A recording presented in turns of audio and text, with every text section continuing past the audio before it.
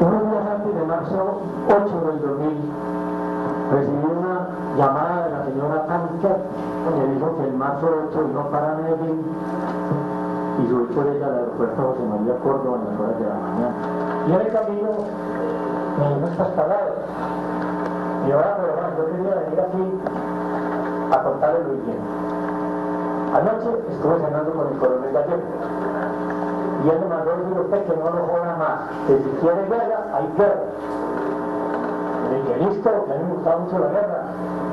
Señor presidente, con esta introducción paso a la materia. El primer conjunto de preguntas que ha contestado el ministro de Defensa tenían que ver con un tema sobre el préstamo, entre comillas, no se sabe en qué condiciones, de instalaciones militares para que empresas contratistas entrenaran mercenarios que se van a Irak, a una guerra ajena para nosotros, aunque este gobierno decidió apoyar la intervención de Estados Unidos a través de sus voceros diplomáticos en la Organización de Naciones Unidas. La respuesta suya sobre todo este tema solo me remiten a que es posible que exista una base legal en el acuerdo militar firmado con los Estados Unidos en 1962. Sin embargo, su respuesta dice que si los hechos son ilegales, usted va a ordenar una investigación, debe haberla ya ordenado. Yo solo quiero subrayar aquí, en primer lugar, que considero que son ilegales porque la Constitución colombiana, en su artículo 9 de los principios fundamentales, establece que nuestra política exterior se basa sobre la autodeterminación de los pueblos y la paz. Y siendo que nosotros no hemos declarado la guerra en ningún país del Mediano Oriente, ni en el Líbano, ni en Israel, ni en Afganistán, ni en Irak, no podemos permitir que instituciones públicas, instalaciones públicas, se presten al entrenamiento de personas que van a combatir en una guerra ajena. Pero me declaro satisfecho con su respuesta, usted va a investigar, así que esperaré el resultado de sus investigaciones sobre este particular. El segundo tema es la masacre en Mapiripán y las declaraciones en audiencia pública que funcionarios del presente gobierno, siendo en hechos sucedidos, sea en la gobernación de Antioquia cuando el presidente de la República era gobernador, o en este gobierno que acaba de pasar, siendo Álvaro Uribe Vélez presidente de la República, han hecho y que determinan la culpabilidad, las sentencias, digamos, que se han proferido de prisión, de medidas de aseguramiento y ojalá, espero que no, de condena de un general de la República, el general Uzcategui. Son las declaraciones de los funcionarios públicos de este gobierno los que condenan al general Uzcategui y mi tesis es demostrar que se hacen o por errores humanos o por encubrir unos generales y unos individuos que son los responsables de la masacre de Mapiripán. Así, señor presidente, que para no alargarnos quiero que veamos el video y a partir de allí empiezo mi intervención formal. Secretario. Señor secretario. Vamos a poner en consideración el orden del día porque se ha constituido el quórum decisorio. Sí, señor presidente, se ha constituido quórum decisorio. En consideración el orden del día, se abre la discusión, anuncio que se va a cerrar. ¿Aprueban el orden del día los honorables senadores? Ha sido aprobado por unanimidad, señor presidente. Acta número 7. En consideración el acta número 7, se abre la discusión, anuncio que se va a cerrar. ¿Aprueban el acta número 7 los honorables Sí, señor senadores? presidente, ha sido aprobada por unanimidad. Continúe con el uso de la palabra, honorable senador Gustavo Petro. Bien, entonces comencemos con el video, señor presidente.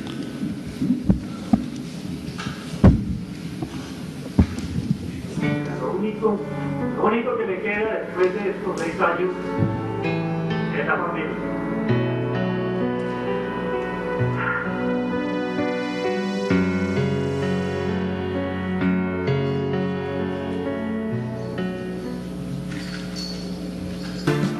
El 12 de julio de 1997, del Urabá antioqueño partieron 2 aviones, un DC-3 con matrícula HK 3993P y un Antonov con matrícula HK 4009, los cuales transportaron a los miembros de las autodefensas que días más tarde sembrarían el terror en Mapiripán.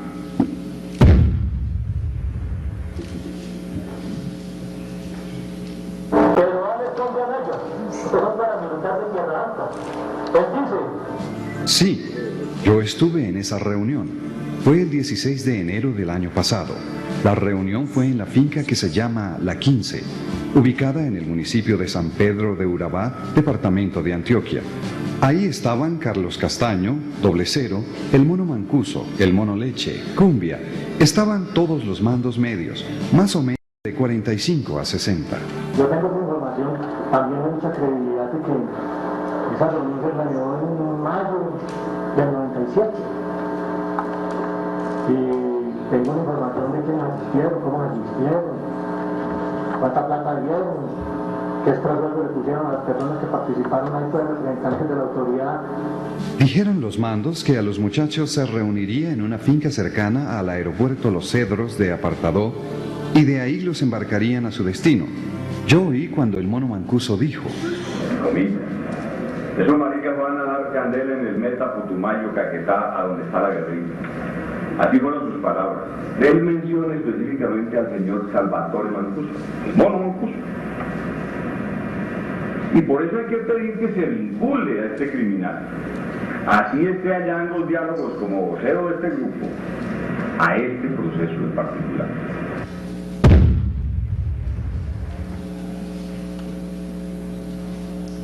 El aeropuerto que se conoce como el Apartadó, que se conoce con el nombre de Centro, pero queda más cerca de Careca, la sede de la Brigada 17 de Ejército. Este aeropuerto estaba a cargo del Departamento de Policía Urabá, pero el 12 de julio, el día que salieron los aviones de ese aeropuerto, los 3 policías de Caracas. Carabinero Arrieta Atencia, Ubaldo. Los soldados que llegaban o salían, sí me acuerdo que iban de civil, pero los escoltaban los mismos del ejército. Nosotros no teníamos nada que ver en eso porque el personal del ejército no se revisa. El departamento de Urabá tenía control del aeropuerto de Presos, pero ese día había tropas de la Brigada 17, donde salió un Antonov, iba por casa, pero que fue un paramilitar. Y el otro aeropuerto de Necropí también era el departamento de Policía Urabá. Pero ese día había 3 policías, un perro o algo así. Y ellos dicen, ese era nuestro, pero ese día estaba el ejército nacional.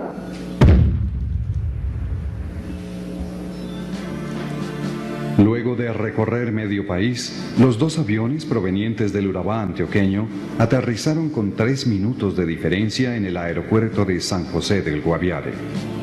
Piloto del DC-3 Juan Manuel Ortiz Matamoros. Allí aterrizamos. Quiero señalar que en la pista, como es lo usual en ese lugar, había personal del ejército y de la policía antinarcóticos, pues allí funciona la más grande base antinarcóticos del país. Entre los miembros de la fuerza pública que custodiaban el aeropuerto, se encontraban 70 hombres de la base antinarcóticos, dirigidos desde Bogotá por el entonces coronel Leonardo Gallego, 2 hombres del Departamento de Policía Guaviare y 41 hombres del batallón Joaquín París, comandados por el mayor Hernán Orozco Castro y bajo el mando operacional de la Brigada Móvil número 2.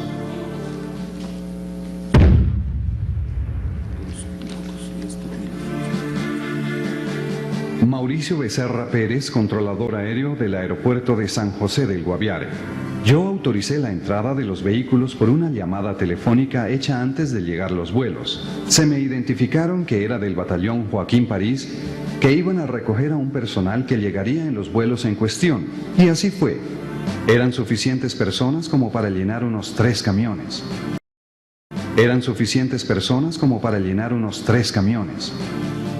En su recorrido, los miembros de las autodefensas transitaron por vías que eran vigiladas por las autoridades militares y de policía de la zona. En el casco urbano de San José del Guaviare se encontraban 206 efectivos del Departamento de Policía Guaviare.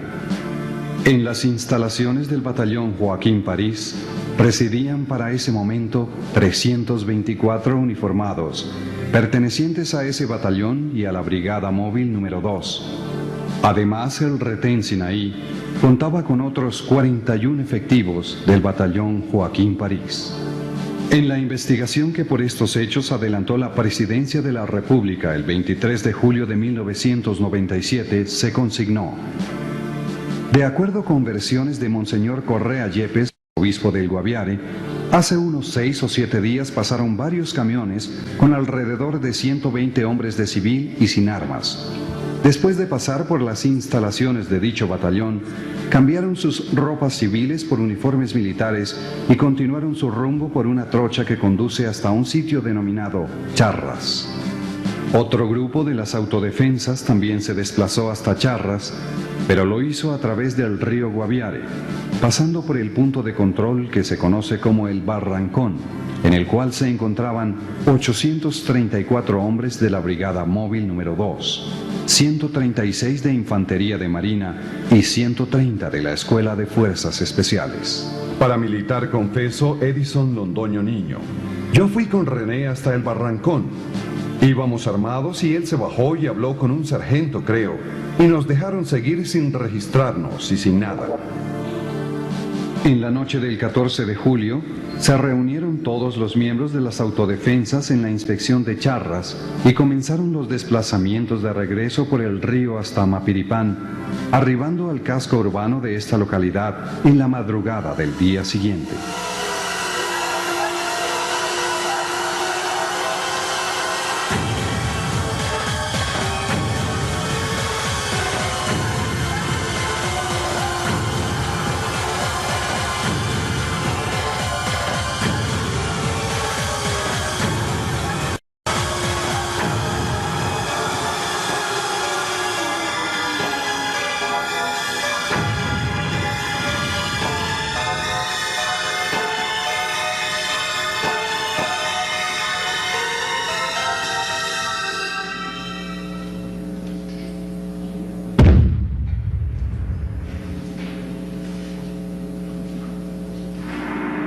Este es el 23 de julio. Ya los paramilitares habían hecho la masacre. El 20 se salieron de Mapiripán y el 23 de julio estaban en los alrededores de San José del Guaviare. Este teniente les está diciendo: los paramilitares están en Puerto Arturo. Puerto Arturo es pegadito ahí a San José del Guaviare. Por esa información no hicieron nada. Y ahí están los paramilitares, los que venían de hacer una masacre. Entonces el mismo 23, ya lo que dice él, se pudo apreciar que en las aguas del río Guayabero, frente a la vereda Hueseca, inspección de Puerto Cachicamo, eso es pegadito ahí a San José del Guaviare, jurisdicción del municipio de San José del Guaviare, narcoterroristas del 7º frente del cartel de las FARC se desplazaban en 2 canoas de motor. Bueno, cada una aproximada con 20 o 25 narcoterroristas equipados y armados con dirección aguas abajo por el mencionado río. ¿Sabes dónde iban las FARC? Cuando estaban las autodefensas por ahí por Puerto Arturo. Las FARC venían a atacar a las autodefensas porque no les perdonaban que se les hubiera tomado Mapiripán. Entonces, ¿qué sucede? La Brigada Móvil 2, que no actuó sobre Mapiripán. La Brigada Móvil 2, con todas sus tropas, que no actuó sobre Puerto Arturo, organizó una operación gigantesca que se llamó la Operación Araña.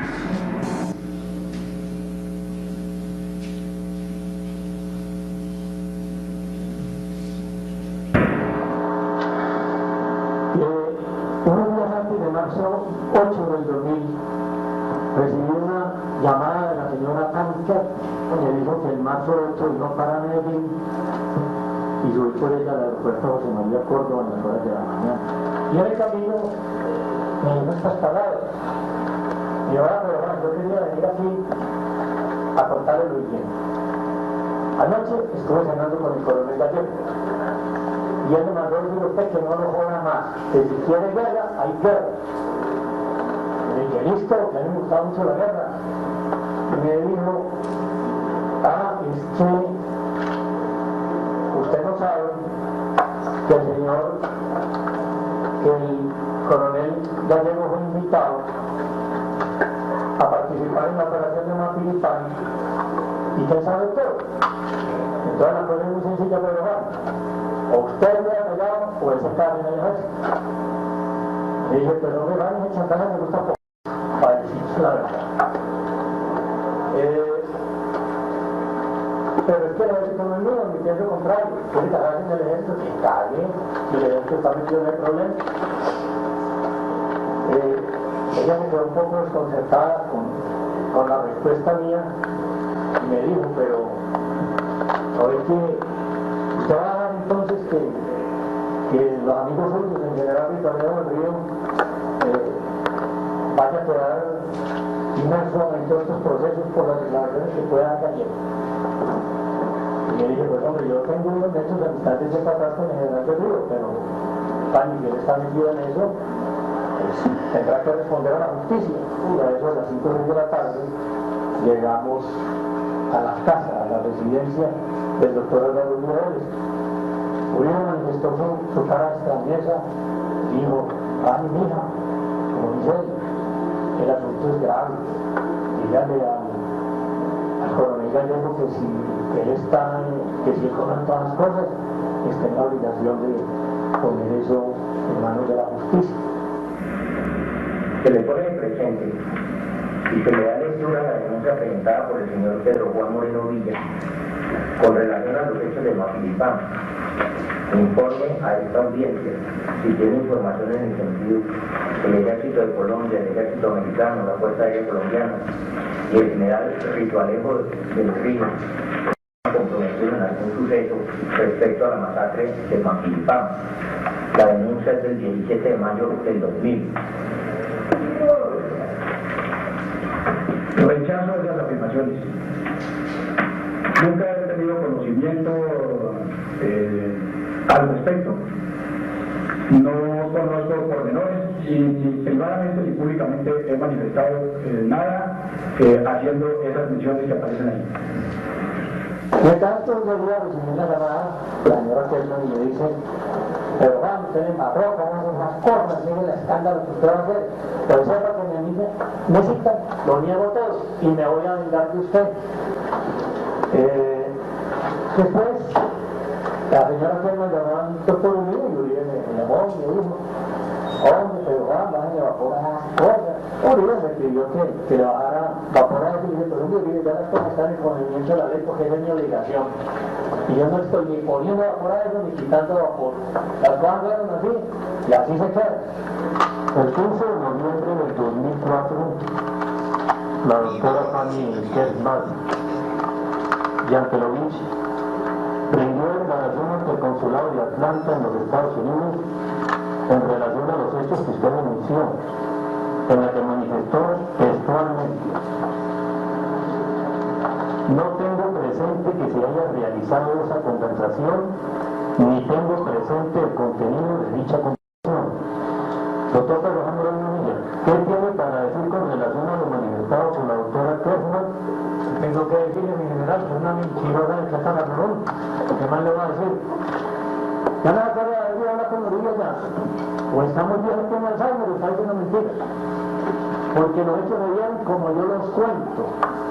Y si no, me gustaría mucho que no se llamara al señor presidente Uribe o le hiciera llegar la correspondiente comunicación del despacho con el procurador que diga si hemos ayudado o no, porque la gente Uribe tiene los chicos de amnesia, pero yo creo que esta reunión se acuerda. El doctor Álvaro Uribe Vélez, el 29 de enero de 2001, y ante la Procuraduría General de la Nación, confirmó que esa conversación sí se sostuvo al declarar: la doctora Fanny Gertzman sí habló de la razón del coronel. La doctora Fanny Gertzman sí habló de la razón del coronel. Señor presidente, a ver, Wilson, si me permite. Aquí se ha relatado cómo sucedió la operación. Ya el Estado por esta masacre de Mapiripán está condenado. Aquí no se trata de saber si hubo o no vinculaciones entre militares y paramilitares y la omisión de los militares o la acción de militares y policías de diverso orden en no detener 120 paramilitares que en avión salieron, pasaron por todo el país, llegaron al extremo opuesto y mataron una cifra indeterminada hasta este momento de ciudadanos bajo estado de indefensión. Se trata de mirar en el fondo qué está pasando con estas declaraciones de funcionarios públicos, la mayoría del gobierno del presidente Uribe, tanto en el gobierno que acaba de pasar como en la gobernación de Antioquia. Su respuesta, señor ministro, a este tema consiste en dos. En general decir son la Procuraduría y la Fiscalía las que tienen que resolver ese chico, yo no tengo mayor información, no soy competente. Y la otra es, no es la Brigada 17, sino la Brigada, ¿cuál es la que me menciona usted? Cuarta, la responsable, porque Mapiripán queda en jurisdicción de la Brigada Cuarta. Se habrá dado cuenta que los paramilitares salen de aeropuertos custodiados con denuncias sobre presencia de militares allí, que los escoltan en la región de Urabá, donde está la Brigada 17. ¿Quién la dirige en ese momento? El general Rito Alejo del Río. Las posiciones de los funcionarios públicos, tanto Uribe como Fanny Kersman, como Pedro Juan Moreno, que era secretario de gobierno en ese momento, ¿qué es lo que nos están mostrando a través de las declaraciones que dan en la audiencia pública? Contradictorias ellas mismas. No es la primera vez que este gobierno se contradice entre sus funcionarios. Lo que está diciendo es que Fanny Kersman chantajea, entre comillas, a Pedro Juan Moreno, informándole que el señor Gallego le dice que si quiere guerra, habrá guerra, siendo un miembro de la, en ese momento coronel y jefe de la Policía Antinarcóticos, sí dice que él está vinculado a la operación de Mapiripán. Obviamente un batallón, una unidad de Policía Antinarcóticos estaba en San José de Guaviare cuidando el aeropuerto a donde llegaron los paramilitares. Y dice a través de Kersman que Pedro Juan Moreno no hable. El presidente de la República, no siendo presidente, le dice a Pedro Juan Moreno, bájele vapor. ¿Qué es eso? ¿Cómo así bájele vapor? Y finalmente, en declaración ante la Procuraduría, el entonces no era presidente de la República, Álvaro Uribe Vélez, afirma que efectivamente Kersman, la embajadora de este gobierno en el Canadá, había tenido una conversación con Gallego. Y la señora Kersman en declaración juramentada dice que nunca existió, señor fiscal, vicefiscal. La pregunta que yo me hago, es más, el objetivo de no hablar del tema que le piden a Pedro Juan Moreno es que si él habla, se vincula al general Rito Alejo del Río al proceso, porque obviamente era el comandante, señor ministro, de la 17ª Brigada con sede en Urabá, de donde salen en aeropuertos oficiales del Estado colombiano los dos aviones cargados con los 120 paramilitares que, según los testigos, fueron escoltados por militares y policías de esa jurisdicción. ¿Por qué Fanny Kersman, señor vicefiscal, no está procesada? ¿Por qué el presidente Uribe después la mantuvo como embajadora en el Canadá después de estos hechos de abierta contradicción de una declaración bajo gravedad de juramento? ¿Por qué el general Gallego, señor vicefiscal, no está vinculado? ¿Por qué el general Rito Alejo del Río no está vinculado? ¿Por qué todo el proceso consistió en echarle el agua sucia al general Uzcategui? Y estas personas que evidentemente están vinculadas en el proceso de operación de la masacre de Mapiripán no están vinculadas en el proceso judicial. ¿Por qué, señor vicefiscal, el mono Mancuso el profesor Yarumo en esa declaración, hoy sabemos que es Vicente Castaño, el señor Carlos Castaño, que ya no se puede, el señor Monoleche, ya hoy famoso, pero en este momento ya se hablaba de él, Cumbia y otros 40 o 60 jefes paramilitares que se reúnen en el mes de enero del 97 para planificar esta operación, no están vinculados, excepto hasta el año 2005, estamos hablando del año 98 en que se da la declaración del oficial confeso, excepto Salvatore Mancuso. ¿Cómo opera la ley de justicia y paz en relación a un delito de lesa humanidad cometido en la masacre de Mapiripán? Y vamos a ver la parte final de este video, presidente, un poco para completar la tesis que tiene que ver con el tema de la presencia de los funcionarios del gobierno del presidente Uribe en el proceso judicial que se sigue contra el general Uzcategui. Finalicemos el video.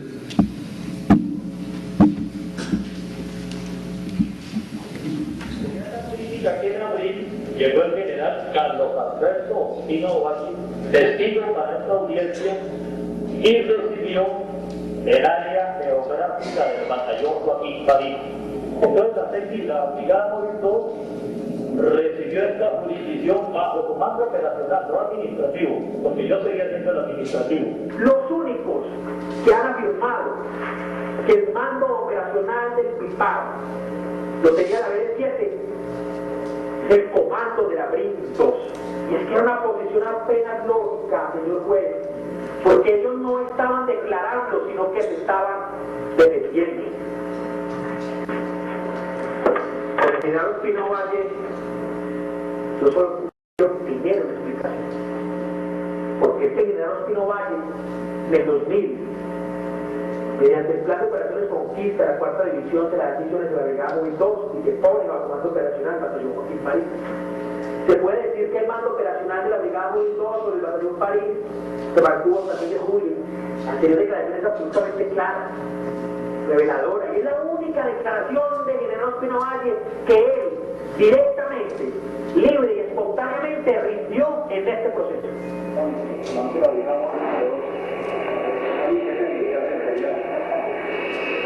Aquí en el Guaviare funciona con el mando operacional del batallón Joaquín París, pero el 8 de junio del 2004, en junio, afirma o convalida, por lo menos lo que otro dice, una brigada móvil es una entidad independiente, no recibe bajo mando operacional entidades militares o de policía. ¿O es falso eso o es falso eso?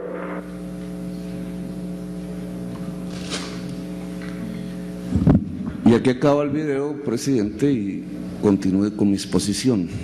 ¿Por qué el general Ospina, jefe de las fuerzas militares durante el cuatrenio pasado del presidente Álvaro Uribe Vélez, se contradice entre sus afirmaciones cuando no estaba el presidente Uribe en el gobierno, que dice que la brigada móvil tiene el mando operacional del batallón Joaquín París, y después, cuando está bajo órdenes del presidente Álvaro Uribe Vélez, 2004, dice lo contrario? Antes dice lo contrario, ante esta audiencia pública. ¿Cuál es el tema? El tema ni más ni menos de saber si la Brigada Móvil 2 tiene el mando operacional sobre el batallón Joaquín es que eso determina si el general Uzcategui es culpable o es inocente. Así de simple. ¿Por qué?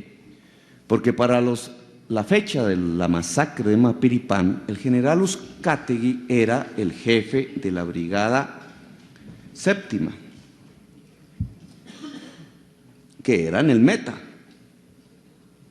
Y la Brigada Móvil, que se habían recién creado, hoy hay muchas brigadas, la número 2, tenía en ese momento presencia en la región del Guaviare. Allí en San José del Guaviare llegaron los aviones, como ustedes recuerdan, y allí también estaba el batallón Joaquín París, pero el batallón Joaquín París además tenía bajo su jurisdicción territorial Mapiripán. Es decir, el batallón Joaquín París, cuyo mando en ese momento era el mayor Orozco, y voy a hablar ahora de él, era el responsable de lo que sucedía en Mapiripán, por acción o por omisión. Estuvieron 5 días los paramilitares en ese casco urbano, en el matadero donde se degollaban el ganado, y durante 5 días ciudadanos indefensos pasaron por torturas en medio de los gritos y fueron masacrados. 5 días enteros. Obviamente había una responsabilidad del batallón Joaquín París. El juez de Mapiripán le informaba directamente al mayor Orozco lo que estaba sucediendo día tras día en la masacre de Mapiripán. Pero el batallón Joaquín París, ¿a quién respondía? A la 7ª Brigada, o sea, al general Uzcategui en términos operacionales, o a la Brigada Móvil 2, que estaba localizada en San José del Guaviare, que estaba en ese momento al mando real del señor Lino Sánchez, coronel Lino Sánchez. Esa pregunta es la clave para el caso del coronel Lino Sánchez y para el caso del general Uzcategui. Si el batallón Joaquín París dependía operacionalmente de la 7ª Brigada, es decir, del general Uzcategui, Uzcategui tenía un delito por omisión al no haber actuado para defender a los ciudadanos de Mapiripán. Si el batallón Joaquín París dependía operacionalmente de la Brigada Móvil número 2, el general Uzcategui no tenía nada que ver, ni por acción ni por omisión, con la masacre de Mapiripán. Ese era el tema. Ahora, lo que tenemos en el proceso vía audiencia pública que ustedes han observado es que todos los funcionarios del ejército, excepto los de la Brigada Móvil 2, por obvias razones, permanentemente le dijeron al fiscal, en tiempos de Luis Camilo Osorio,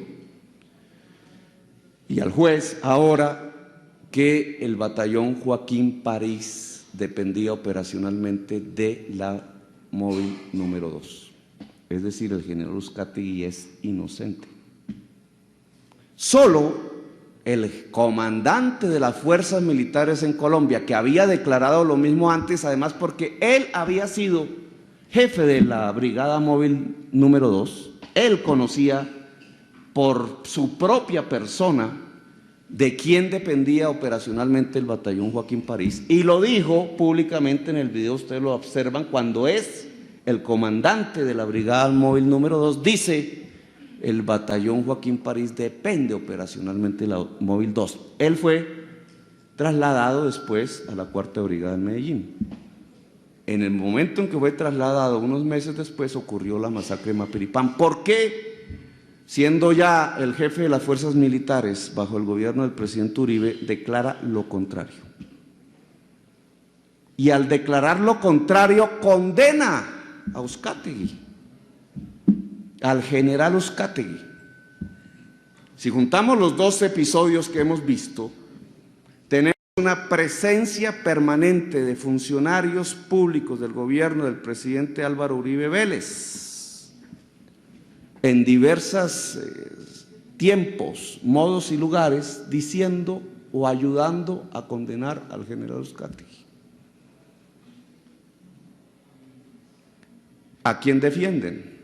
Si el general Uzcategui no es el responsable de la matanza de Mapiripán, ¿en dónde están los responsables, vicefiscal? Pues las declaraciones, confesiones, etcétera, nos dicen los primeros responsables se llama Salvatore Mancuso. Ya hizo confesión plena y veraz sobre estos hechos, de acuerdo a la Ley de Justicia y Paz, vicefiscal. Es el profesor Yarumo Vicente Castaño, ya hizo confesión plena y veraz sobre estos hechos. Es Monoleche, ya hizo confesión plena y veraz sobre estos hechos. Es Cumbia y otros 40 a 60 cuadros y jefes del paramilitarismo. ¿Ya hicieron confesión plena y veraz de acuerdo a la ley, señor vicefiscal? No. Son los autores materiales, la acción de la masacre. ¿Y quiénes son los que dejan partir los aviones con estos paramilitares? Los militares y policías del departamento de Urabá. ¿Que quiénes son? La 17ª Brigada, señor Ministro de Defensa, y el Departamento de Policía de Urabá en ese momento, dirigidos por el general Rito Alejo del Río, beneficiario de una de las primeras medidas del señor Luis Camilo Osorio y amigo personal del presidente de la República. ¿Qué es lo que está pasando en este proceso? ¿Los funcionarios del gobierno están ayudando a condenar a un general inocente por defender un general amigo? ¿O tenemos una seria política de reestructuración del ejército que premie a los buenos y castigue a los malos? ¿Cuál es la verdadera política de reestructuración del ejército? Usted, señor ministro, me responde diciendo que estos ya son temas de la Fiscalía y de la Procuraduría respectivamente, en la mayor parte de las preguntas atinentes a este problema. No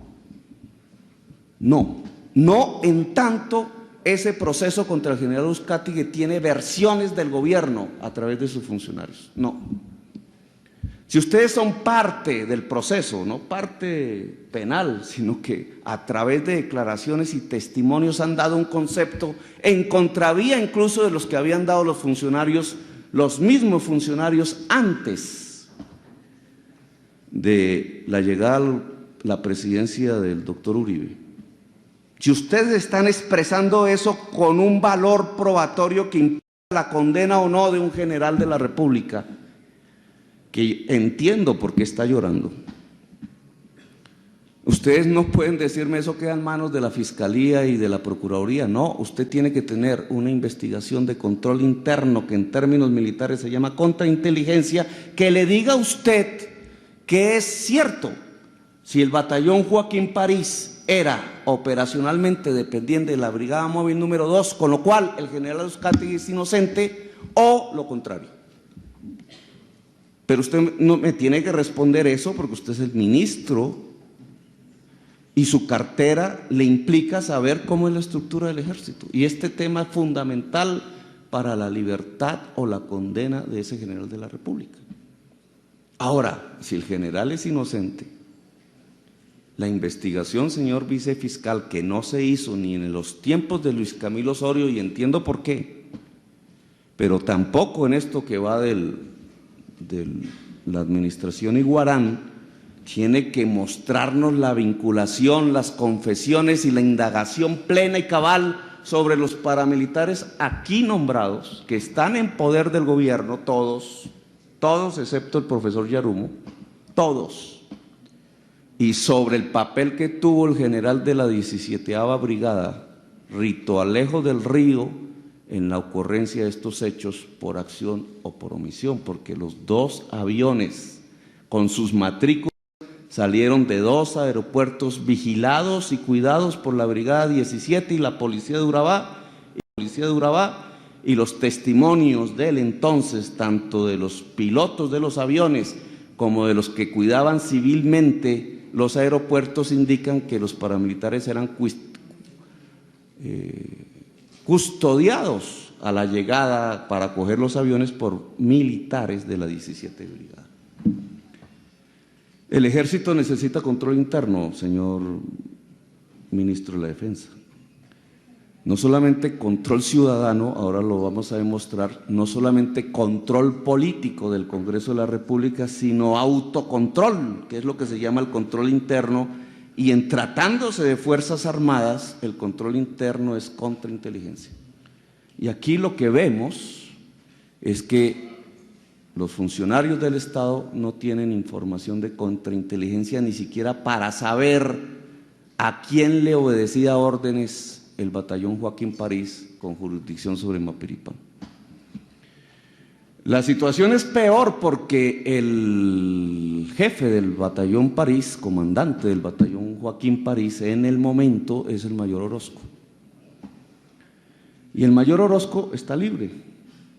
Y está libre por una razón, porque una ONG de derechos humanos de izquierda le ayudó a salir del país con tal que atestiguara contra el general Uzcategui. a la ONG le parecía más importante, desde el punto de vista de la opinión pública nacional e internacional, la condena del general, que la condena del que verdaderamente había propiciado la masacre. Y no solamente el señor Orozco está libre, sino que está fuera del país, en los Estados Unidos, porque recibió el beneficio del refugio o asilo con la ayuda del actual vicepresidente de la República. ¿Por qué protegen a Orozco, el jefe del Joaquín París, la izquierda y la derecha, para condenar a un general que, de acuerdo a estas versiones, que el video es de jóvenes de Geoproducciones, entre otras cosas, es inocente? Unos por unos intereses y otros por otros. Unos por el interés de que se vea condenado por primera vez un general por violación de derechos humanos, y otros con el interés de que no se vincule el general Rito Alejo y los paramilitares que hoy tienen un proceso llamado de paz con este gobierno. Propuesta, señor vicefiscal, use la Ley de Justicia y Paz en este proceso.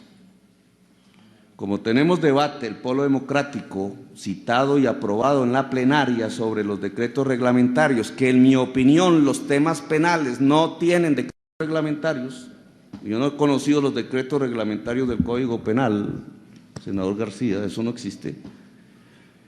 Esta Ley de Justicia y Paz, que afecta obviamente al Código Penal, debe ser implementada desde allá, de acuerdo a la sentencia de la Corte Constitucional, y usted tiene que vincular este caso, trasladarlo, porque yo quiero ver las confesiones plenas y veraces de los paramilitares que cometieron este delito de lesa humanidad y saber por qué y en qué razón militares de la Brigada Móvil 2, del Batallón Antinarcóticos del señor Gallego, de la Brigada 17 del señor Rito Alejo del Río y del Batallón Joaquín París del señor Orozco, qué papel cumplieron en la realización de esa masacre. Información plena y veraz. Y a usted, señor Ministro de Defensa, le solicito que él evalúe a través del control interno cuál es el estatus para la fecha de los acontecimientos del Batallón Joaquín París, quién era su mando operacional.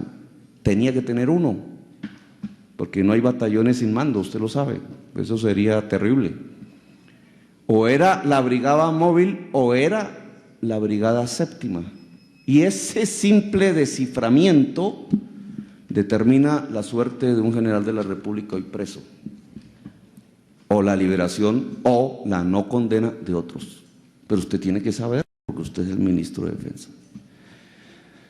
Y seguimos con este debate, con el tercer paquete de preguntas que a usted se le presentaron, que tienen que ver con la construcción de un sistema de digamos, de ascenso dentro de la carrera militar, que es el llamado resultados positivos o positivos. De acuerdo a esta modalidad, que tampoco es que se venga implementando en el gobierno de Uribe, sino que se ha intensificado en el primer gobierno de Uribe, prácticamente por rango, los 10 últimos oficiales del ejército o de la policía que tengan los peores resultados medidos en bajas contra los grupos al margen de la ley salen de la carrera militar. Coroneles, tenientes coroneles, etc.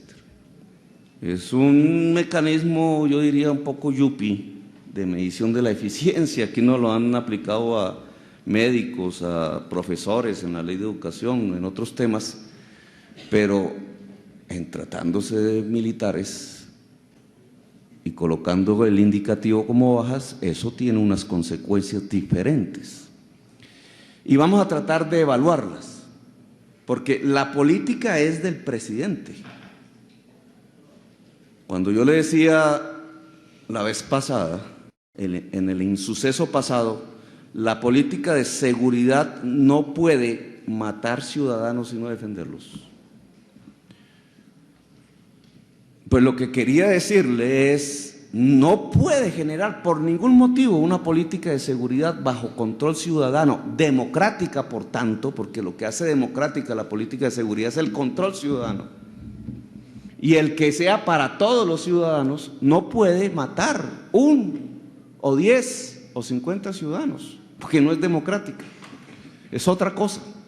Si algún mecanismo de la política de seguridad democrática funciona en el sentido de que no protege a la ciudadanía o a sectores de la ciudadanía, ese mecanismo tiene que ser cambiado en forma fulminante, además de las investigaciones y procesos que se adelanten sobre el tema. El gobierno no puede dudar en que cualquier componente de una política de seguridad que termine funcionando en contravía de la orden constitucional de que las armas públicas están en función de la defensa y la garantía de los derechos y las libertades de exclusivamente todos los ciudadanos.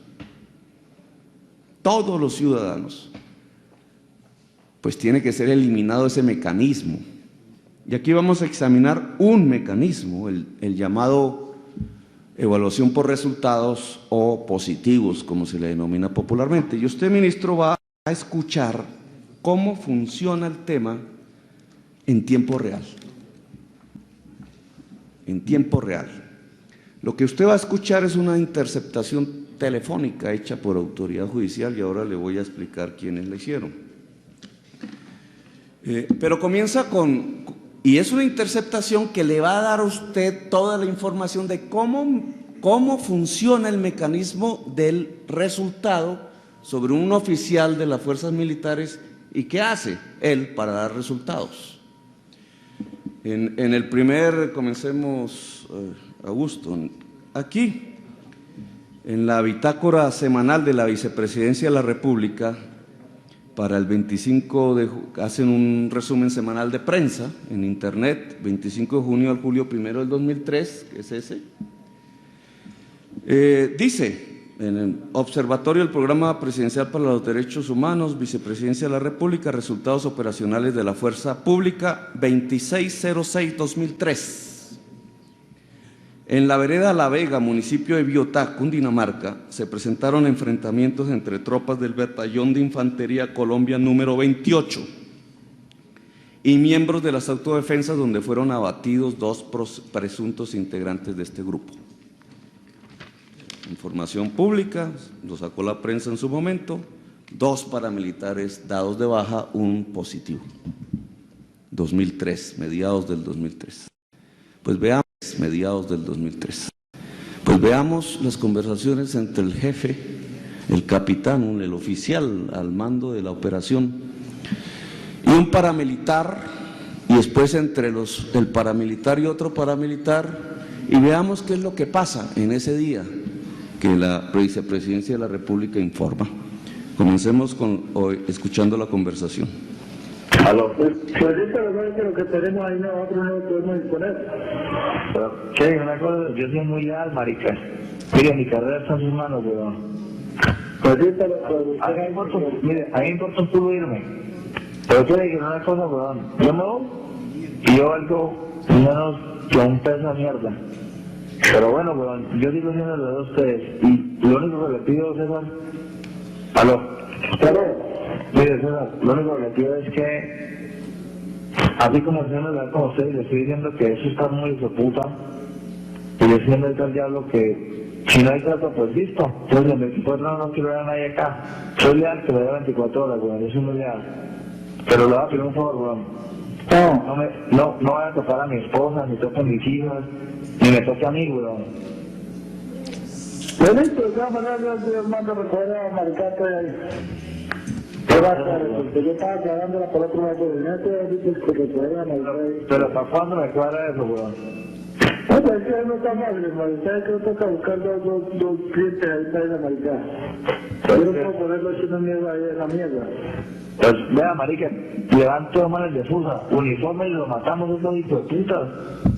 Por eso, pero toca con calmita, en eso estamos buscando los corrigatorios aquí por la zona. Quiere que nosotros levanta 2 triples, hijo de puta, le ponemos camuflados y lo matamos, y ya. Por eso, pero ponte al cuadrado, ¿no le dije? No, pero es que el cuadrado, ¿para cuándo me da esa mierda? Pues yo estaba pensando, o sea, si lo cuadraba hoy, esta noche, mañana, yo le pongo positivo, de todas maneras la idea es ponerlo ahí. Póngame el positivo, dígame el día, y ya. No le puedo hacer, pero que lo tuvieran en mañana esa mierda ya, el día mañana por la noche. ¿Cuándo me lo ponen? Pues yo tan pronto tengo la mierda en la mano, lo tengo. César, no me tantees, bro, dígame por cuándo. Ok, no puedo decir ni para cuándo, porque usted quedó hasta cuando yo todo el puta todo el día. Este es entre los dos paramilitares ahora. Aló. Dígame, viejo. ¿Qué pasa, bebé? No, ahí el hombre que... No, escuché por ahí es que lo está pidiendo también el hombre de arriba para salvar el pellejo él también. Sí. Pero, ahí con el que hablamos arriba donde comimos esa picadita rica, ¿de acuerdo? Ahí escuché un mensaje que le colocó el hombre y tal. Pero como yo le digo, hermano, para mañana no hay nada, pero denos 8 o 15 días nosotros le cuadramos las cuestiones, hermano. Pues que nos dé tiempo, hermano, porque si quieres que ya, hijo de puta, ¿y cómo vamos a hacer la marica? Mañana no podemos nada, mano. Porque para esa mierda, imagínense. Vamos a ver si nos podemos todos hijo de puta para de bus a algún lado, los traemos acá y listo. Así ya ha embarcado braviados hijo de puta, si quieres. Pero claro, está haciendo de puta por ahí trajinado y... Aló. De las malas. Aló. César. Sí. Coja dos hijos de putos allá. Es que el hecho no es cogerlo, el problema es llevar el triple de puta, hombre. Vea, coja dos triples de putas y tráigalos. Y mañana le hacemos la vuelta aquí con soldados míos, weón. Deme un changón y un fusil y sale. No, es la otra, que yo llamé abajo y que fusil no era ni uno. Pero entonces, deme un changón y una ametralladora. Un changón es una mierda para ir una pistola, alguna maricada. Pero deme un changón, una pistola y un revólver y granadas de mano. Yo las pongo. Las granadas me las pone usted. Yo las pongo. Deme dos manes, un changón, una ametralladora, una pistola y 2 granadas de mano. Yo las pongo. Mucho. No. Ayúdeme para eso, hijo de puta, y yo le ayudo. Por eso, pues yo le pongo los 2 manes, le pongo el changón y le pongo una metra. 2 changones, 2 manes, un changón, una metra, ¿y listo? Listo. Pero entonces dígale al diablo que mañana se reúna conmigo a las 10 de la mañana. Y le ponemos las granadas. Y yo le pongo las granadas. Un changón y una ametralladora. ¿Y la moto? Listo, la moto. Y yo voy a hago la vuelta y lo matamos. ¿Listo, sale? Bueno.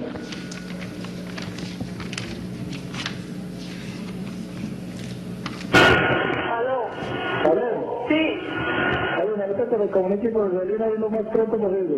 ¿De parte de quién? ¿De César? ¿De César? Sí, dígale, Sí. Dígale que me están pidiendo un positivo aquí donde estoy yo. Estoy que toca darle un positivo porque el man está embolado. ¿Te están pidiendo un positivo? Sí, entonces que toca darle una vaina, yo le voy a dar un changón y una letra. Dígale. Aló, dejo la señal. ¿En cuánto la llamo? Entre unos 10 minutos.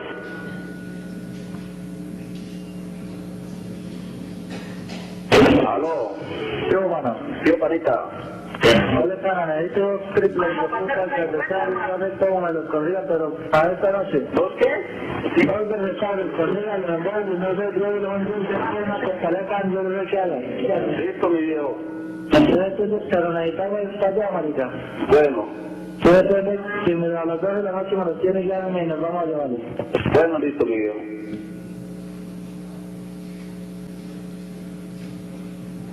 Yo, mi viejo, ya tengo su encargo, ¿dónde se los pongo? ¿Ya? Ya los tengo. Pero listo, ¿dónde los vemos? ¿Ah? ¿Por qué no los vemos? Bueno, ¿dónde los pongo? ¿Dónde los llevo? Lléveme la baja, Ahí en la entradita de la discoteca, ahí se los pongo.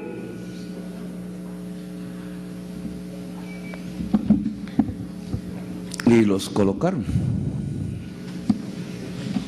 Eran, claro, el ministro podrá decirme, bueno, y esa conversación de quién con quién y esas voces, ¿no se la habrá inventado usted, Petro? ¿No será uno de los que habla? No, mira, el señor vicefiscal, anote. Esto está radicado en la UDH y DIH 17.3 Y nos muestra que el capitán del Ejército Nacional, Edgar-Mauricio Arbeláez Sánchez, y el cabo primero del Ejército Nacional, Eduardo Enrique Márquez, fueron sindicados de la presunta comisión de los delitos de homicidio agravado en concurso con la realización de ilícito de concierto para delinquir, inciso segundo, habida consideración del prohíbe de fecha abril 27 del 2004.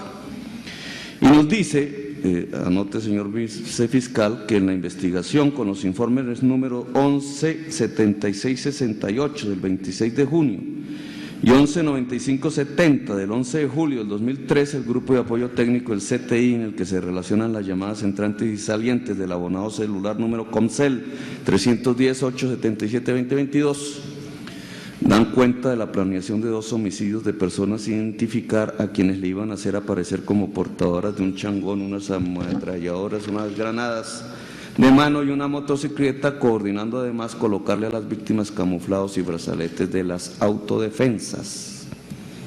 Los muertos son los ciudadanos Alonso Rincón León y José Alfredo Castañeda, comerciantes de Corabastos que iban a la región a comprar mercancías para vender en Corabastos y terminaron en esta situación. ¿Qué nos muestra la grabación, ministro? Año 2003. Bueno, fuera de entender por qué los paramilitares sienten que es más importante las armas que los seres humanos.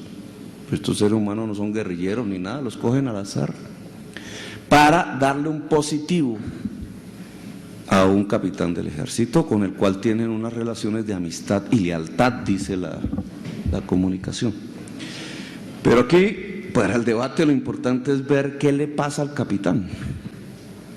El capitán Arbeláez está presionado, él y su familia, en su carrera militar. El capitán Arbeláez está presionado, él y su familia, en su carrera militar. Ha establecido contactos con los paramilitares, de por sí ya ese es un delito. En las conversaciones completas usted se podrá dar cuenta que incluso la muchacha que hable, que es la recepcionista, la coge presa a otro oficial del ejército y aparece en la prensa. Y él la hace liberar, porque los paramilitares le exigen la liberación de la muchacha a condición de colocar los, como ellos llaman, los HPs como positivo. Otro delito.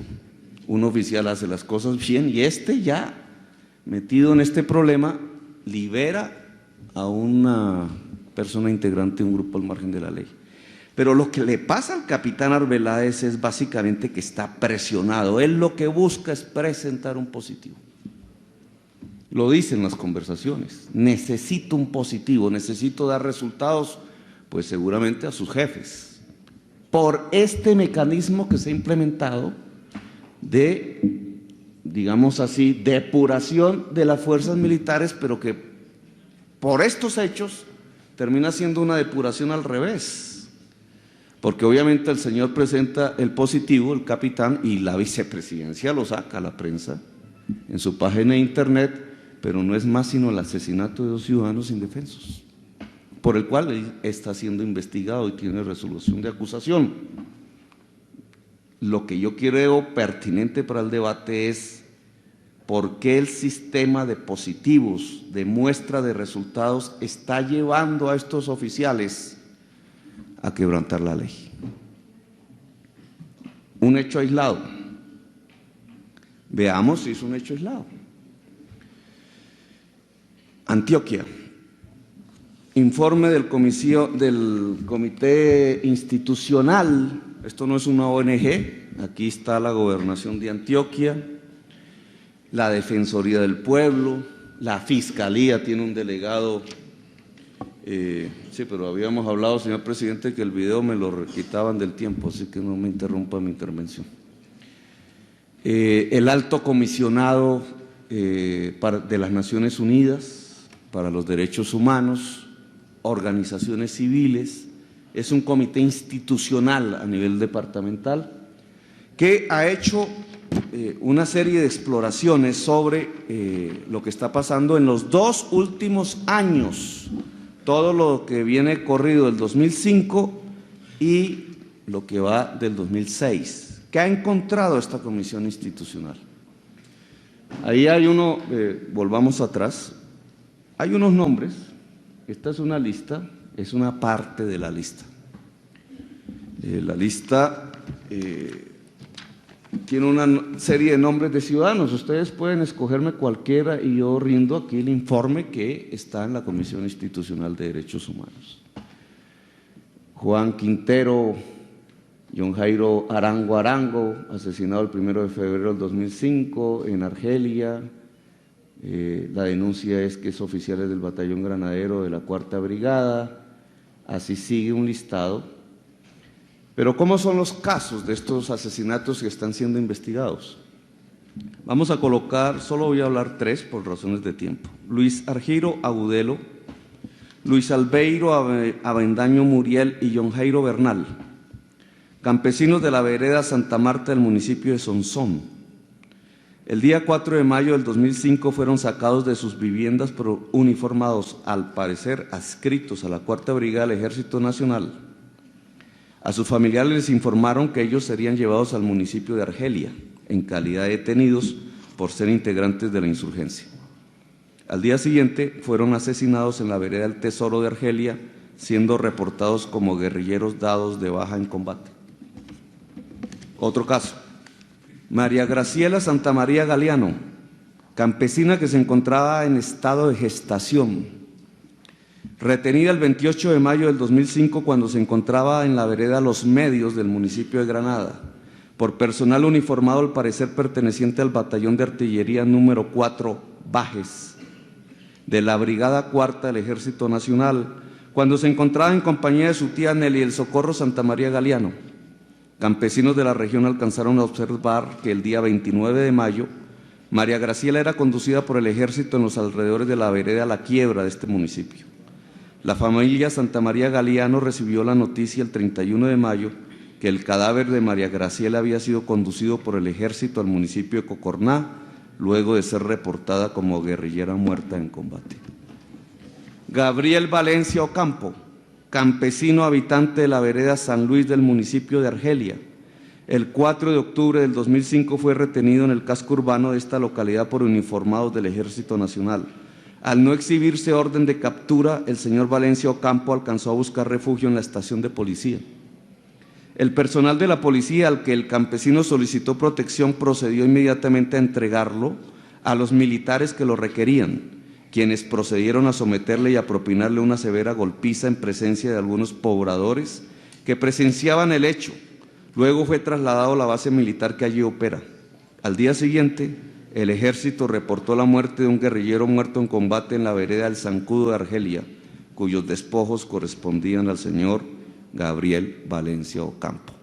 Todos los casos de la lista que son iguales. Se sindica al batallón Juan del Corral, al batallón Bajes, todos pertenecientes a la Brigada 4ª del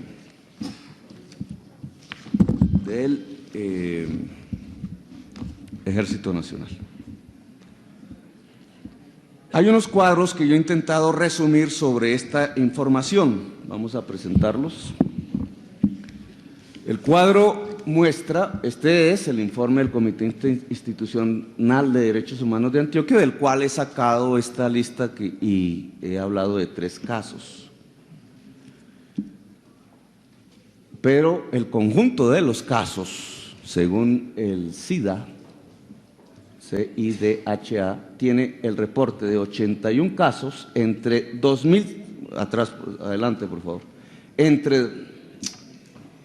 volvemos al pasado por favor, entre 2005 y abril del 2006, 81 casos con 107 víctimas en toda Antioquia. Y aún peor, porque estos son casos procesados, con detenidos en muchas de las circunstancias, la Fiscalía los va adelantando o la Justicia Penal Militar, pero la Procuraduría General de la Nación lleva 332 procesos sobre hechos similares acaecidos en los últimos 4 años en el departamento de Antioquia. Es decir, aunque la cifra podríamos leer los 18 casos que están aquí en mi poder, me demoraría media hora, presidente, leyéndolos. La cifra nos habla de 107 casos documentados y en procesos. La Procuraduría tiene 332 casos en donde presumiblemente ciudadanos de todo tipo, la mayoría campesinos, aparecieron capturados en diferentes lugares de Antioquia, llevados por diferentes unidades del ejército y al otro día o a los 2 días aparecen muertos y reportados como guerrilleros. Estos son positivos dentro del sistema que estoy cuestionando, pero por el otro lado son violaciones graves de derechos humanos, al punto que este informe que se está completando va a ser presentado el Alto Comisionado para Ejecuciones Extrajudiciales de las Naciones Unidas. Un resumen de todas las Naciones Unidas.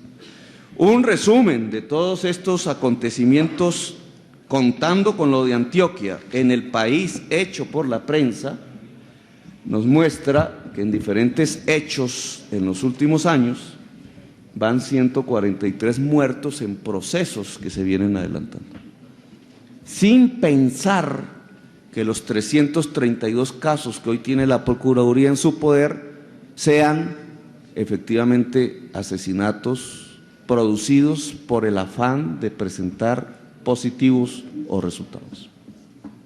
Estos son los casos más evidenciados por la prensa y por las instituciones gubernamentales de entes territoriales en Colombia, y van 143 en los 2 últimos años.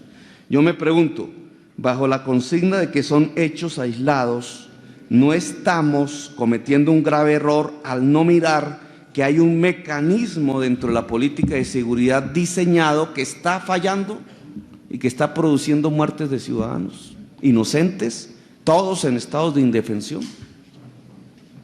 El mecanismo de resultados impuesto a los diferentes rangos de las fuerzas militares como parte de la política de seguridad de gobierno no nos está produciendo, además de la muerte de ciudadanos, que es todo lo contrario para lo cual está diseñada la política de seguridad, no nos está produciendo un mecanismo de reestructuración de las fuerzas militares perverso, porque al salir los 10 peores por resultados, no necesariamente los peores, de pronto los mejores, entre los coroneles, entre los oficiales, y ante un aumento inusitado de la fuerza militar en número de hombres, lo que estamos perdiendo es calidad de mando.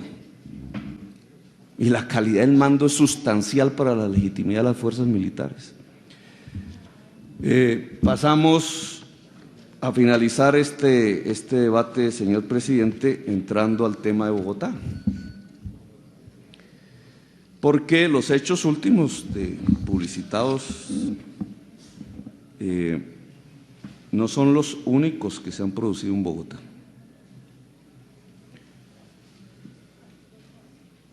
Y tengo que decirle, señor ministro de Defensa y señor vicefiscal, que en Bogotá ya se habían producido unos atentados con bomba, con participación de la inteligencia de las fuerzas militares ubicada en Bogotá. Y ya estaban plenamente identificados los hechos y estaban en manos de la Fiscalía y son una antesala, digamos, al desarrollo de esta discusión que no quiero.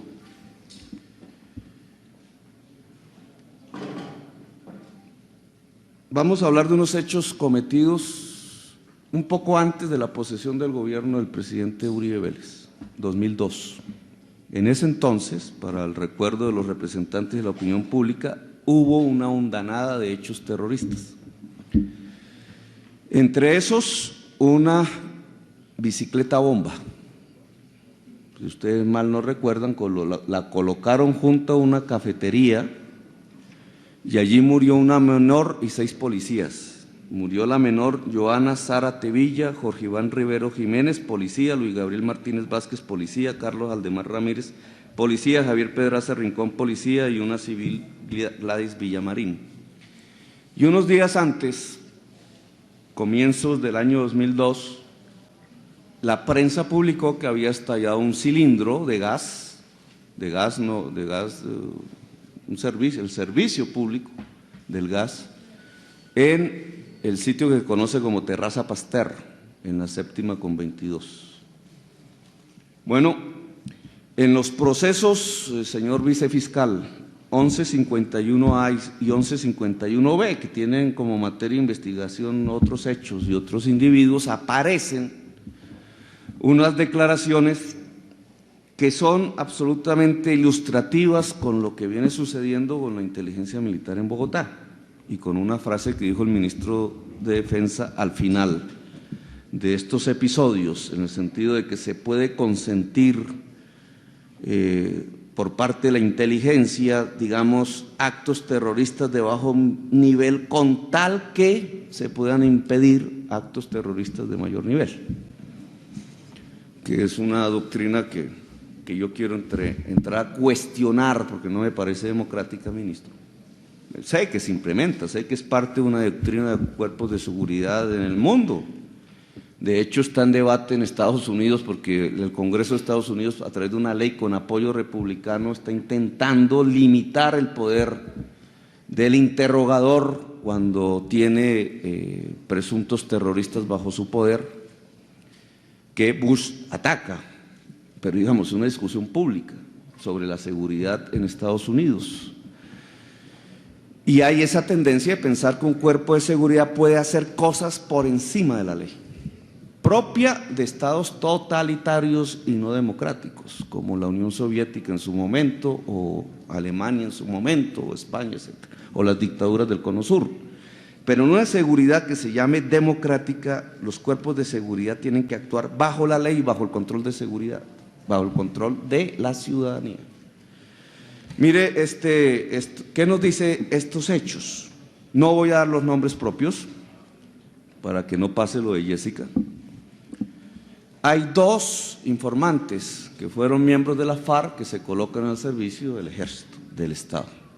Los voy a llamar Luis y Alberto. Vienen de una región, están en la FARC y entran a la organización que se llama de la FARC en Bogotá, Antonio Nariño, la regional urbana Antonio Nariño, que es la autora de las bombas de ese entonces, las ciclobombas. O sea, no son bombas puestas por el ejército, son bombas puestas por voluntad libre de la guerrilla, de las FARC. Pero los infiltrados están en la unidad que coloca las bombas de las FARC y están reportándole permanentemente al funcionario del ejército, un sargento, cuyo nombre propio está aquí, pero no voy a mencionar, permanentemente cuáles son los planes. Y entonces nos aparecen unas cosas terribles en estas declaraciones que usted debe tener en su poder, señor vicefiscal. Por ejemplo, sobre el tema de la bomba, que hoy sabemos era una bomba, en la esquina de la 7ª con 22, Terraza Pasteur, ni más ni menos, en un sitio absolutamente concurrido de la ciudad de Bogotá. Dice uno de estos infiltrados ante la fiscalía, o informantes, o como queramos llamarlos, que al otro día, cuando el hombre abriera el chuzo, es un señor que tiene una tienda, el señor al parecer era de las FARC y desertó, y la FARC quería matar a este señor, y este señor, dueño de la tienda dentro del centro comercial Terraza Pasteur, estaba colaborando con el Estado, con el ejército. Entonces dice que al otro día, cuando el hombre abriera el chuzo, iba a ser colocada la bomba. El sargento me dijo a mí y a Omar que la colocaran, que allá los jefes sabían, pero que querían tener credibilidad de nosotros y que si nosotros estábamos metidos realmente en la red de Antonio Nariño. Siendo así, nosotros le dijimos al sargento de que por qué no le avisaban al muchacho, o sea, al dueño de la tienda, o que estuvieran pendientes al otro día para que le echaran mano a los jefes, que se llaman Julio y Alirio, alias Julio y Alirio, y a la muchacha que iban a colocar la bomba. Y el sargento nos dijo que eso ya se les salía de las manos, porque él ya había recibido una orden. La bomba sonó, los medios y la policía y el mismo cuerpo investigativo de la Fiscalía decía que había sido un cilindro. El ejército sabía que iban a poner una bomba en el sitio exacto, a la hora exacta, sabía quiénes, en el Terraza Pasteur, y sabía contra quién iba la bomba. Este ciudadano al cual le pusieron la bomba terminó inválido.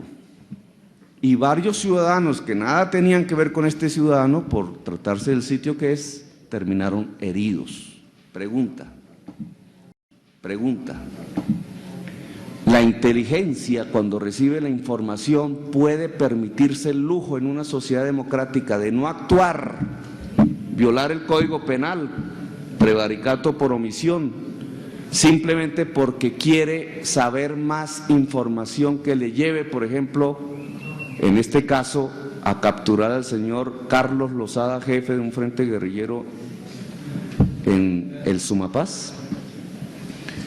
Después sucede un hecho diferente. Esta misma unidad que coloca la bomba en el Terraza Pasteur empieza a planificar colocar la bicicleta bomba en el barrio Fátima.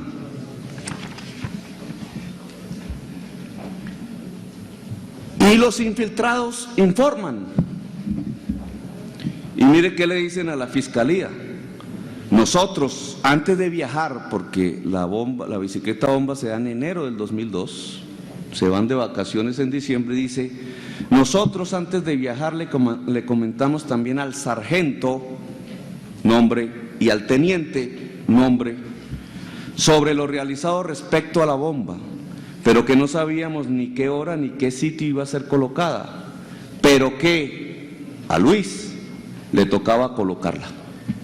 Entonces Luis le dijo a el sargento nombre y al teniente nombre respecto que a él le tocaba colocar la bomba, y ellos le contestaron que la colocara, que cuando la fuera a colocar en el sitio lo llamara a ellos para ellos decirle a la policía que les echara mano, pero por cosas de mi Dios él no se encontraba en la ciudad y ya la inteligencia estaba hecha. De milagro que lo sucedido no lo habíamos realizado, o sea, ellos no colocaron finalmente la bomba, dicen en su testimonio, porque en esos momentos, después de lo sucedido a Paola, que es una miembro del Antonio Nariño, se habían encontrado conmigo para notificar lo que había pasado respecto a la bicicleta bomba, siendo así que después de puesta la bomba, yo me encontré con el sargento nombre, le comenté que la bomba la había colocado nombres de los integrantes de la unidad y que por qué no colocaban un cerco en los barrios alrededor del comandante de policía de Fátima. El sargento me dijo, espere, yo me comunico con los jefes y a ver qué dicen. Dijeron que no era posible hacer eso porque ya no se encontraba mínimo por ahí. Resulta que entre los altos mandos del ejército y la policía se salió la información, salió notificada por televisión al día siguiente, la característica de los rostros, etcétera, etcétera, etcétera. Entonces, en estas declaraciones, en el atentado con la bicicleta ya no quedó inválido y heridos unos ciudadanos. En este quedaron muertos una niña menor de edad y 5 oficiales de la policía y una mujer civil. ¿Por qué, si tenían la información, de acuerdo a estas declaraciones bajo gravedad de juramento que tiene la Fiscalía, si tenían infiltrada la unidad que iba a colocar las bombas, no actuaron? Por una sola razón: la unidad de inteligencia responsable de estos hechos iba tras que los informantes fueran a un campamento guerrillero del Sumapaz y les habían prometido llevarlos para identificar el sitio del campamento para bombardear el campamento. La teoría de permitir unos actos terroristas de menor nivel para producir un resultado mayor: un inválido, una menor de edad muerta, 5 policías, una civil muerta y varios heridos. No sucede en el gobierno de Álvaro Uribe Vélez, pero es el cuerpo de inteligencia del ejército en Bogotá. con unos informantes que ya hacen parte de la red de informantes, porque eso no se lo inventó Uribe, se lo inventó Pastrana. Y que nos llevan a cuestionarnos cuál es la política de seguridad, porque si es defender todos los ciudadanos, ¿cómo estos ciudadanos no fueron defendidos? Esa menor de edad porque está muerta, mejor dicho. Bueno, la prensa obviamente sacó la noticia y obviamente los responsables son las FARC, pero el ejército sabía el sitio, quiénes, en dónde. En el caso del Terrazo Pasteur, incluso la fecha, la hora. ¿Por qué no actuó? Y este tipo de concepción de inteligencia que ya se venía presentando en el 2002, pues vuelve a salir ahora en los acontecimientos últimos, motivos de parte de este debate, y ahora sí le prometo, presidente, que termino. Mire lo que dicen en los días recién pasados los funcionarios del Estado en nuevas y abiertas contradicciones y sobre los hechos de otros atentados con bomba en Bogotá, en donde también aparece una informante que extrañamente el presidente de la República coloca como persona que apoya al Estado en un discurso, y al otro día aparece la Fiscalía deteniendo por comisión de terrorismo y otros delitos, sobre los cuales yo no voy a calificar porque no tengo ni idea cuáles de las, quién miente, digamos, quién tiene la razón, quién no. Pero veamos las contradicciones de estos temas y con esto termino, señor presidente.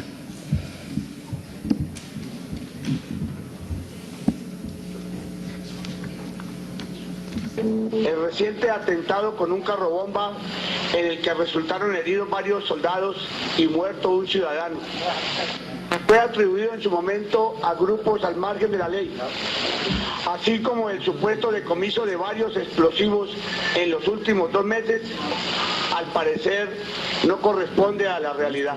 Estos engaños podrían haber sido perpetrados por personas inescrupulosas, entre las que se encuentran 2 oficiales del ejército. Aquí, después de que Mario Montoya, el general actual comandante del ejército, presume que 2 oficiales están comprometidos en algo que se ha constituido, y eso sí lo afirma, en un engaño para la opinión pública, las bombas que supuestamente puso las FARC. En julio, después de la elección presidencial de este año, el viceministro de Defensa se refiere a esa declaración el viernes 8 de septiembre y dice que podría, y la palabra podría hay que rescatarla en ambas declaraciones, ninguno afirma. El único que afirma es el general Montoya, que se engañó, que los hechos fueron engañosos, afirma. Después dice, y presumiblemente hay 2 integrantes de las fuerzas militares. Usted también coloca la palabra presunción, o podridas, dice, podría tratarse de algunas manzanas podridas, interesadas en las recompensas. Usted afirma que el móvil de estos presumibles miembros de las fuerzas militares que estarían en una acción que afirman ustedes es engañosa a la opinión pública, usted vuelve y afirma están interesadas en las recompensas. Y descartó que fuera una estrategia para dar positivos ante las exigencias del gobierno. Bueno, ese último punto, señor ministro, yo lo cuestiono, porque lo que yo he presentado aquí, en buena parte de mi intervención, es que es precisamente la estrategia de presentar positivos lo que está llevando a una serie de comisión que usted llama hechos aislados. Para mí un hecho aislado y otro hecho aislado es un hecho acompañado de asesinatos de ciudadanos. Pero siguen ahora pues viene el presidente. Tengo las respuestas del fiscal, dicen que esta información ya la conocía la Fiscalía desde el mes de julio, es decir, 10 días después de los atentados. Esto no es nuevo, esto no los cogió por sorpresa. La Fiscalía ya tenía un informe de la policía de Hijín y Sijín, que venía haciendo una labor de inteligencia sobre el ejército, y presentó el informe a la Fiscalía como era su deber hasta ahí, y durante varios meses se mantuvo en proceso de investigación dentro de la Fiscalía. Por alguna razón, de algún lado salió una filtración que movió presurosamente al general Montoya y al doctor Santos a hablar en este día 7 y 8 de septiembre, varios meses después de que la DIJÍN y la SEJÍN hubieran presentado el informe a la Fiscalía. Ahora el presidente dice el domingo 10 de septiembre lo siguiente, y siguen las conversaciones. Acabamos de terminar una nueva reunión del Consejo de Seguridad y de acuerdo con la información final del señor Fiscal General de la Nación, el hecho aún no está probado. La respuesta que tenemos hasta este momento es, de parte de las autoridades investigativas, que los militares aludidos aún no se les ha comprobado que estuvieran incurriendo en acciones criminales, que hasta ahora lo que hay es que se encontraban en un procedimiento de inteligencia para proteger a la ciudadanía.